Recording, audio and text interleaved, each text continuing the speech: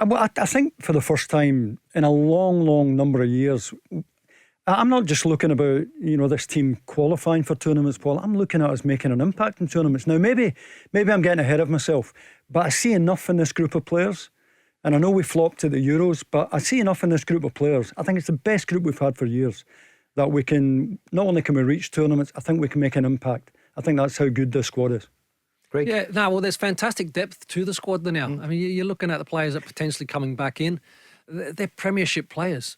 Majority of them playing at big clubs, getting tested week in, week out, and that for me is a great position. And like I said, I've missed a lot of time in Scotland, David. But you're talking about in terms of national teams, the depth of this squad.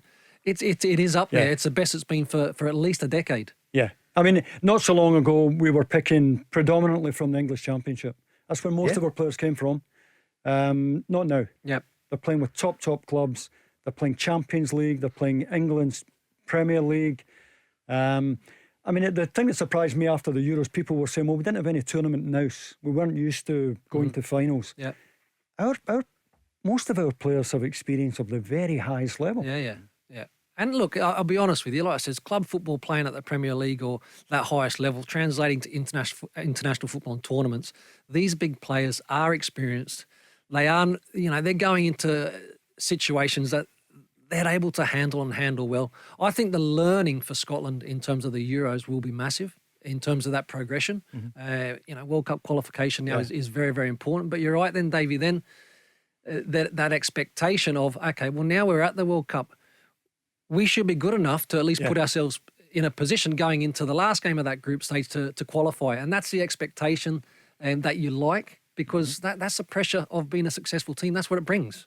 I think so. And I think when you see countries like Switzerland and Wales, Austria did well in the Euros, there's nothing stopping us going there and making an impact. And, maybe I'm getting ahead of myself, because that's what watching Scotland does to you.